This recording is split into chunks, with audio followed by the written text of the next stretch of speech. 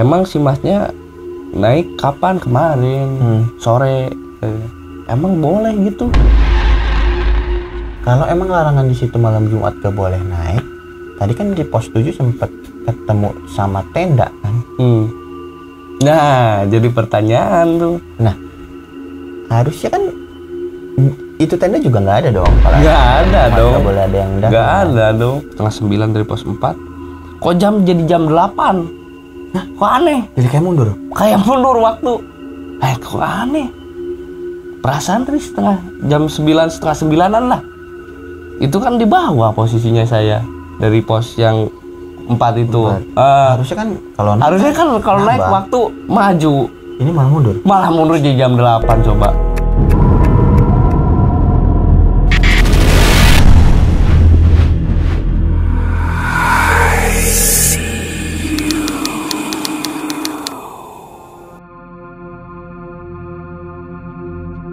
Balik lagi di Detik Horor. Terima kasih yang udah nonton video ini. Terima kasih yang udah like, share, dan juga subscribe channelnya Dodi Munandar. Nah, kali ini di samping saya udah ada salah satu narasumber yang bisa disebut inisialnya namanya R ya. Iya mas. Inisialnya namanya R. Dia akan bercerita tentang niatnya dia ingin berziarah ke suatu gunung yang ada di Jawa Barat. Ternyata semuanya di luar kendali. Nah, lebih jelasnya langsung aja kita dengar penjelasan langsung dari inisial R ini. Ya, sebenarnya gak niat untuk mendaki ya mas. Jadi awal mula tuh kalau nggak salah hari Kamis tepatnya, ya malam Jumat, dari rumah niatnya untuk ziarah ya. Tapi kan otomatis kita nggak persiapan dulu. Waktu mendaki itu nggak persiapan dulu, seadanya aja, berbekalkan ya, namanya juga mau berziarah ya. Ya itu hari Kamis tepatnya saya mulai jalan tuh mas. Masuk saya kalau nggak salah lewat Pia Pemancar. Pia Pemancar. Waktu itu sore tepatnya pukul 4-an lah. Pukul 4. Jam 4 tuh nyampe di Pia Pemancar. Kan itu kan kalau kata orang sana nggak tahu sih tepatnya, tapi kata orang sana ada 2 pia. Ada lewat jalur emang betul-betul pendaki sama yang Pia Pemancar itu. Kan tujuan saya emang bukan mendaki ya, mau berziarah aja tapi gitu ya, yang penting ke Pemancar. Nggak ada pengarah sih sebenarnya, niat dalam hati aja. Niat dalam hati ingin berziarah. Pokoknya gimana caranya saya buat ke ujung, jadi apa ya disebutnya, ke puncak. Soalnya kan makamnya di puncak mas. Di puncak Gunung Cikuray ini. Gunung Cikuray itu. Situasi kalau untuk situasi nggak hujan, kebetulan cuaca mendukung. Bagus. Tapi kata orang sana, kita tanyain nggak ada siapa-siapa. Kan biasanya kalau mendaki pendaftaran, pas di posko pendaftaran itu kan ada kayak posko tuh. Dari gambar yang pertama kan, misalkan kita lewat kebun teh itu mas. Pertama kalau Pia Pemancar ada warung-warung kecil. Biasanya suka banyak orang. Untuk pemandu lah. Minimal kan kita kalau mau masuk gunung itu harus ada adat minimalnya kan. Nah kebetulan di sana belum ada orang. Aku aneh gitu kan. Biasanya kalau mau ziarah atau mau mendaki itu suka ada orang kan. Pemandunya minimal ada yang jaga poskonya lah. Itu hari itu nggak ada. Kebetulan nggak ada. Saya berembuk sama teman-teman, rekan-rekan banyak lah, sekitar 8 orangan lah. 8 orang jalan berbekalan. Untuk berbekalan itu saya kalau nggak salah bawa apa sih namanya, kresek doang sama isinya tahu aja mas. Modal tujuannya dari awal emang mau ziarah ya? Mau ziarah, bukan naik gunung ya? Naik gunung, pakai sepatu juga, sepatu ya asal-asalan lah. Sepatu biasa. Ada yang pakai sendal juga mas. kan orang umumnya mendaki tuh pakai Bawa carry, perlengkapan, bawa sepatunya juga khusus khusus pendaki, pakai jaket, pakai apa tuh tongkat kan. gitu. Saya nggak ada. Jadi kayak biasa orang mau ziarah aja gitu ya. Biasa aja pakai setelan jaket, paling ya, yang kedap air gitu. Pakai celana juga celana lepis, pakai sepatu seadanya aja yang punya aja di rumah. Nah, dari sana tuh berangkat tank jam 4. Dari jam 4 tuh menyusuri awal normal. Masih kelihatan ya normal lah. Lewat dari azan maghrib kalau nggak salah, dari bawah sampai pos 1 itu sekitar setengah jam lah kalau nggak salah. Jalan lewat azan maghrib. Nah, di situ Mas. Kenapa sih? Saya menelusuri jalur, nggak tahu, pokoknya saya nggak tahu itu, pokoknya terjal tuh Mas kalau jalan via Pemancar. Setahu saya kalau malam itu biasa aja, jalan biasa. Kayak jalan biasa, pendaki biasa. Cuman ada agak licin-licin kan. Saya bingung. Kok ini jalan emang bisa dinaikin orang apa gimana kok? Banyak akar-akar pohon itu Mas, sebesar-besar gini Mas. Akar pohonnya. Jalan biasa, istirahat juga kalau nggak salah cuma ngerokok doang, minum, perbekalan udah minum doang lah, biasa ngerokok. Nah, pertama yang agak ganjil itu dengar suara Mas pertamanya, aneh pokoknya suaranya. Pas saya lihat kok nggak ada orang, padahal kan ada suara. Posisi kan kita lagi rehat Mas, pasti otomatis nggak ada yang jalan. Kok ada suara kaki? Suara kaki kayak orang jalan menuju kita. Sedangkan kan gelap Mas, penerangan juga cuman lampu HP. Buat menelusuri jalan itu nggak pakai lampu apa namanya? Yang di kepala kan pendaki kan punya lampu yang agak terangan lah, pakai HP Mas. Serius. Pas rehat, aduh, kayak ada suara-suara orang tuh. Nah, ya mungkin emang bawaan dari kalau dari hutan kayak gitu ya mungkin. Ya slow aja, pertamanya slow aja. Makin sini, kok agak mendekat suaranya. Nah, saya tanya ke temen, bro, karena orang Bandung Mas kebetulannya. Bro, denger suara orang jalan nggak? Enggak, katanya. Tapi saya denger. Yang aneh saya denger. Apaan emang? Kayak orang yang mendekat Mas. Saya mastiin lagi ke temen yang satunya, bro, ya denger suara orang jalan nggak? Enggak. Kan posisi itu melingkar Mas kita. Posisi duduk melingkar. Nggak ada apa namanya api unggun kan, biasa-biasa orang-orang prepare atau bangun tenda, nggak ada. Emang kan tujuannya juga buat ziarah doang, yang penting kita sampai atas. Udah nggak terlalu dihiraukan. Saya jalan posisi makin malam, sekitar jam 8:30 lah saya nyampe pos 4 kalau nggak salah. Ada tulisannya Sanghyang Taraje di pos 4 itu. Di pos 4 itu di pohonnya kayak apa sih? Katanya sih gua itu Mas, nggak tahu tuh gua apa. Kayak kawah yang masih aktif katanya. Pas saya turun itu banyak orang yang bilang itu posisinya emang kawah. Di dalam hutan itu. Di pos 4 ketemu orang-orang nih berarti nih? Enggak, belum ketemu orang-orang. Berarti selama perjalanan kayak cuman segerombolan doang nih? Ya ketemu gerombolan yang lain? Enggak ketemu siapapun, cuman suara-suara itu udah banyak. mulai banyak. Nggak tahu suara hewan di sana, nggak tahu suara apa, pokoknya cuek, nggak ngelihat ke belakang, maju aja terus.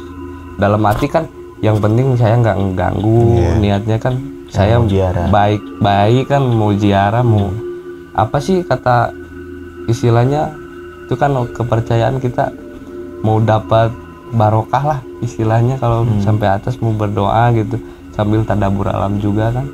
Sampai pos 4, dari pos 4 itu ke pos 5 masih baik-baik aja. Pos 6 yang namanya Puncak Bayangan tuh panjang mas. Dari lihat jam HP mas,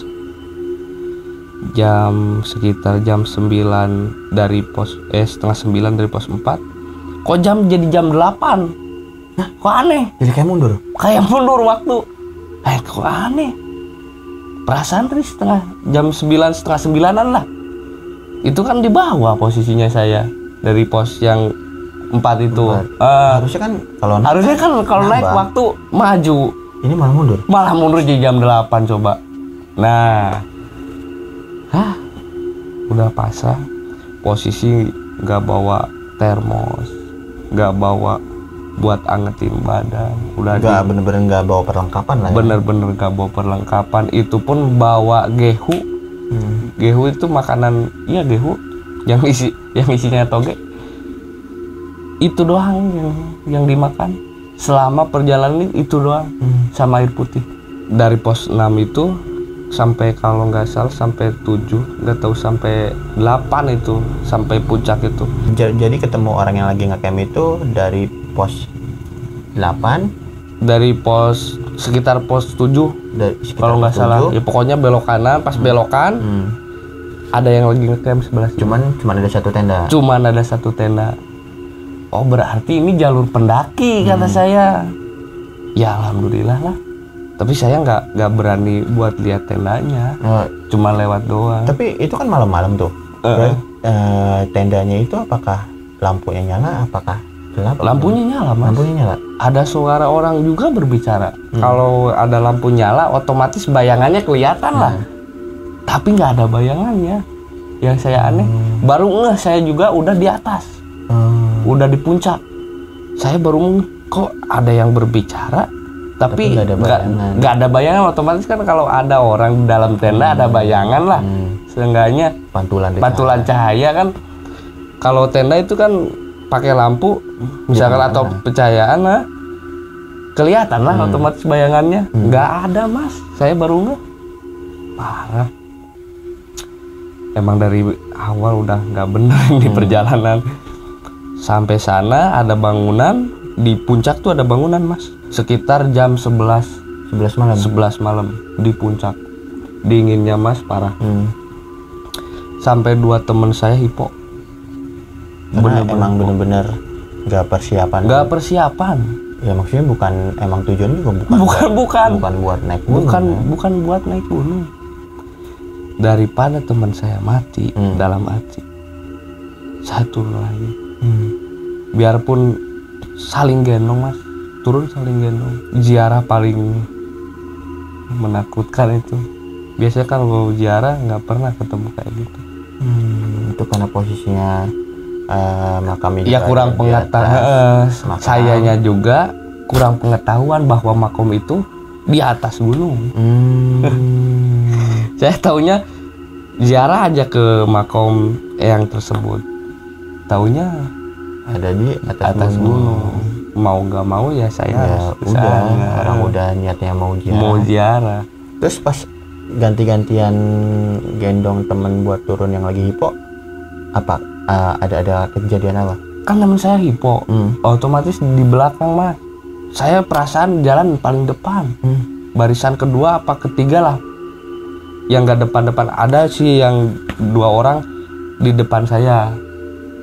Nah saya kan di barisan kedua apa ketiga lah. Teman saya itu kan di belakang. Yang hipo itu 1 di belakang, 1 di depan. Yang 1 masih bisa jalan, maksudnya yang hipo tapi masih bisa jalan dia. Yang 1 udah parah, udah nggak bisa gerak. Otomatis digendong sama 2 orang jadi 3 orang kan digendong. Nah yang saya aneh, saya rehat dulu mas. Kalau nggak salah di pos 3 itu posisi dari atas menuju siang itu mas. Posisi udah jam 9 atau jam 8 lah kalau nggak salah. Lah kan tadi di atas gunung jam 9. Emang malam. Nah kan itu lamanya perjalanan kali mas. Saya nggak tahu tuh. Pokoknya udah kelihatan matahari itu mas. Udah kelihatan matahari. Terus Yang saya aneh itu kan yang bertiga itu otomatis jalannya lambat, kata saya. Kok ada di depan saya? Gak apa-apa mas, kakinya Bisa jalan? bisa jalan. Saya ajak ngobrol malah. Kalau bahasa Sundanya, mana itu nanaon itu kan? Pan tadi tukang. Nah ada orang mati nanaon, orang mau jag-jag, lamun hayang tereh turun ke handap tuturkeun urang. Gitu. Cek maneh nate. Kalau kata Indonesia ikutin saya. Kalau mau cepet turun ke bawah. Saya tahu jalurnya sebenarnya. Kok dalam hati kenapa nggak dari semalam kalau tahu jalurnya dia yang pimpin. Bener nggak? Kan dia otomatis tahu jalurnya, kenapa nggak dia yang pimpin dari malam kan? Nanti ya udahlah, dalam hati saya udah lapar banget juga mah. Yang penting saya nyampe bawah duluan aja gitu. Yang penting nyampe bawah. Yang penting nyampe bawah. Toh teman saya yang hipo juga udah sama 2 teman saya lagi, udah digandeng, pasti aman lah dia bertiga. Saya sendiri istirahat dulu, maksudnya mengerokok dulu. Oh yang jadi aneh itu teman saya kok nggak apa-apa gitu, udah sehat lagi. Aneh, ikutin saya katanya. Saya ikutin hingga di pos 2-an lah. Itu pos 2 itu udah terjal banget medan. Nggak tahu efek yang dimakan oleh saya itu gehu itu. Perut saya sakit mas. Gak kuat, saya pengen BAB. Udah siang, saya udah mulai berani. Kok BAB nggak usah diantar lah. Karena udah siang. Udah siang lah, udah berani. Cuman takutnya hewan buas aja. Nah, lu ngawasin aja di sini, kata saya teh. Tunggu aja di situ. Mau BAB dulu sendiri mas. Pas lagi BAB, merinding ya suaranya. Ada suara-suara orang pendaki, kayaknya pendaki sih. Saya otomatis tergesa-gesa lagi BAB kan. Malu kalau kelihatan orang. Waduh, gesa-gesa. Betul itu pendaki mas, 2 orang. Nanyain jalan, banyak yang daki nggak? Nggak ada, kata saya. Emang si masnya naik kapan? Kemarin sore. Emang boleh gitu? Ya saya nggak tahu, saya emang nggak ngendaki mas. Saya emang niatnya mau jalan-jalan aja gitu kan, nggak disebutin ziarah. Ya jalan-jalan aja, explore alam gitu. Oh, kirain saya kan malam Jumat itu nggak boleh. Pantesan kata saya di pos sepi kan. Waktu berangkat di pos sepi kan. Mungkin emang larangan. Peraturan di situ kalau malam Jumat nggak boleh ada yang naik. Nggak boleh ada yang naik. Saya juga tahu-tahu pas di bawah. Nah, kalau emang larangan di situ malam Jumat nggak boleh naik, tadi kan di pos 7 sempat ketemu sama tenda kan? Nah, jadi pertanyaan tuh. Nah, harusnya kan itu tenda juga nggak ada dong. Kalau nggak ada dong. Nggak boleh ada yang datang. Nggak ada dong. Cuma satu-satunya tuh tenda.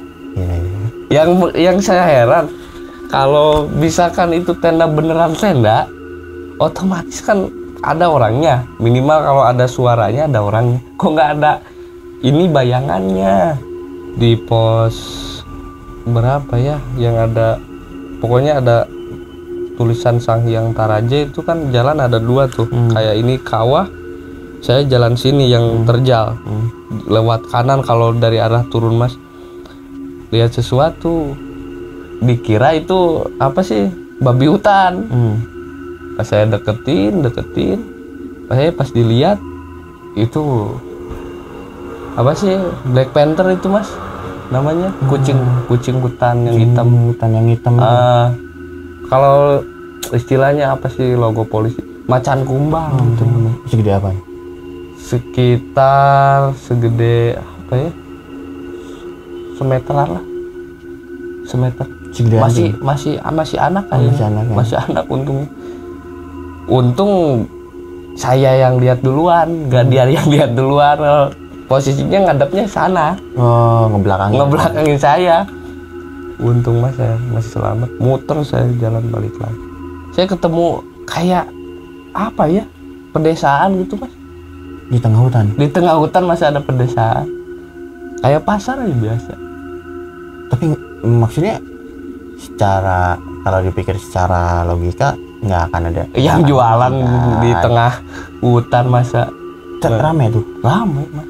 Biasa transaksi. Maksudnya kayak pasar-pasar biasa pada umumnya gitu. Pada umumnya cuman pakai meja kayak pasar-pasar kaki Meja lima kayu lah. gitu ya? Oh jadi kayak zaman dulu lah gitu ya. Zaman dulu pakaiannya juga kayak karung goni kayak gitu. Zaman itu udah. Itu yang ngelihat pasar itu satu gerombolan? Enggak, saya doang, kan saya berpisah waktu BAB. Oh. Yang waktu BAB tinggal tuh. tinggal. Saya kan dikiranya ada pendaki lain, kan saya malu mau cebok juga, tergesa-gesa, akhirnya saya lari, nah masuk sana. Terus? Ya dikira saya pemukiman biasa, cuma orang kayak pedesaan biasa. Saya mau tanya jalur, kok tadi kan saya mau turun kok jadi hantar gitu, kan aneh. Nah orang-orang di sana saya tanyain, ngomong bahasa saya, kok nggak ngerti gitu. Maksudnya gini, itu posisi di Garut, Jawa Barat. Ditanya dengan bahasa Sunda, mereka nggak ngerti. Nggak ngerti. Yang harusnya notabene seenggak-enggaknya ngerti dong. Ngerti. Cuma mereka kayak bahasa isyarat gitu mas. Nggak Oh, ngomong. mereka nggak ngomong, cuman kayak pakai bahasa isyarat doang gitu. Kayak bahasa isyarat aja. Tapi kayaknya mereka kayak yang ngomong gitu. Kalau sama, entah sama sesamanya lah, mungkin mereka komunikasi biasa. Tapi pas saya tanya, Ya cuman isyarat doang. ngasih isyarat doang, cuma kayak gitu doang. Oh berarti saya salah jalan. Terus Puter-puter saya tuh pasar mas, nyari jalan buat jalan pulang yang menurun, saya jalanin, cari jalan menurun aja. Pokoknya saya berarti kalau kayak gini harus cari jalan yang menurun. Puter hingga saya lelah, ngerokok dulu. itu nggak ada yang negor, nggak ada yang apa tuh? Nggak ada, Kayak biasa aja mereka. biasa aja transaksi biasa mas. Cuman ada batu, saya duduk dulu, ngerokok dulu. Saya inget mas, mungkin saya ini tersesat. Saya dalam hati, saya bukan niat jahat atau mau gimana gitu ya, atau buang sampah sembarangan, atau saya buang air sembarangan, nggak tahu gimana. Saya minta maaf sama penunggu di sana, barangkali ada apa-apa gitu sama saya. Saya istighfar dari situ, baca-baca doa, setahu saya biasa lagi, normal lagi. Udah ngerokok normal lagi. Bukan so jago atau melanggar aturan, cuman nggak tahu kan posisi mau mendaki itu, nggak tahu daftarnya di mana. Emang kayaknya sih itu pos untuk pendaftaran pendaki, bukan untuk ziarah. bukan untuk ziarah. Cuman karena emang dapat tugasnya ziarah ke atas gunung sana, jadi mau tidak mau Harus ke sana, harus dikerjakan. Kan? Itu kan niat dalam hatinya. Ya mungkin tanpa prepare segala macam juga dulu ya sebelumnya. Nah, Modal nekat itu. ya modal nekat tanpa persiapan lah. Yang paling inget sih ada suatu makhluk gaib ya, kayaknya sih makhluk gaib itu. Bentuknya seperti monyet, tapi manusia seperti monyet aja. Maksudnya ukurannya seperti manusia? Ukurannya seperti manusia, Cuman berbulu gitu. lehernya panjang. Tapi mukanya monyet, kayak muka monyet, setengah monyet gitu, berbulu. Jadi muka monyet, leher panjang, berbulu, dan gedenya segede manusia. Segede manusia. Dan kalaupun mau ngomong bilang itu monyet apa? Ya justru saya juga aneh. Iya kan? Kalau mau bilang itu monyet apa? Monyet apa? Kok ada gitu. monyet lehernya panjang? Iya. Dalam buku sejarah coba lihat, kok ada monyet lehernya panjang kan? Iya. Lidahnya juga julurnya panjang. Oh, Lidahnya kalau nggak sekitar 60 sentian lebih lah. itu posisi pas lagi apa tuh? Pas lagi turun. Itu hadap-hadapan apa gimana? Apa Kalau dia nggak di atas salah, pohon? pertamanya sih nggak nampakin diri, cuman kelebat. Oh, jadi kayak Sekelibatan. Kayak dia mantau dari jauh gitu ya Awal-awalnya. Kok kayak ngikutin? Nah, diliatin nggak ada apa-apa. Pas balik lagi mas, pas saya balik lagi Ada. dia. Oh jadi kayak diikutin, ada kelebatan, berhenti, nengok ke belakang buat mastiin, nggak ada di belakang. Nggak ada apa-apa, tenang tuh pas balik depan. Bener. Tapi ibaratkan nih, mukanya sini, badannya sono mas. Oh karena panjang. Panjang kan lehernya. Terus? Gitu lagi. Oh jadi panjang terus kayak balik lagi. Merinding saya mas kalau ngomongin itu. Ya, serem banget. Parah sih. Terus habis itu? Ya saya lemas lah. Jadi bulunya itu full hitam, cuman ada merah-merahnya dikit. Kalau merah-merahnya dikit, matanya merah. Merah. Kayak mata kucing tuh mas. Kalau dia hilangnya langsung ke pohon, langsung ke hutan, ke semak-semak.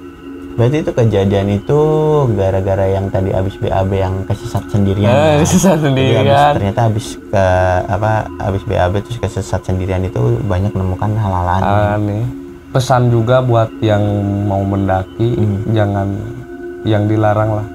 Sebisa-bisa kalau mau mendaki daftar dulu di pos, lihat dulu ada orang atau enggak. Kalau enggak ada orang berarti itu hari larangan buat naik.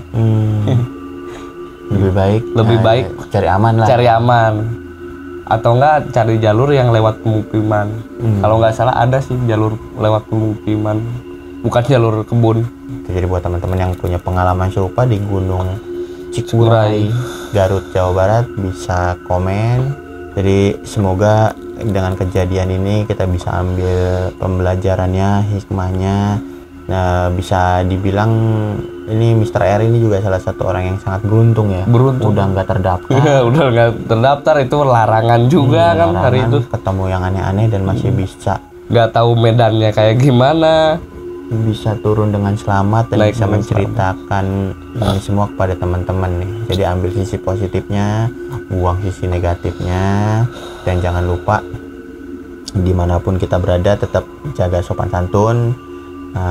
Tetap patuhi setiap aturan di setiap daerah karena setiap daerah punya peraturannya masing-masing. Dan ingat kalau naik gunung atau mendaki harus terdaftar dan minimal ada pemandu ya. Biar kalau ada apa-apa lebih enak. Terima kasih udah nonton video ini, sampai ketemu lagi di video selanjutnya.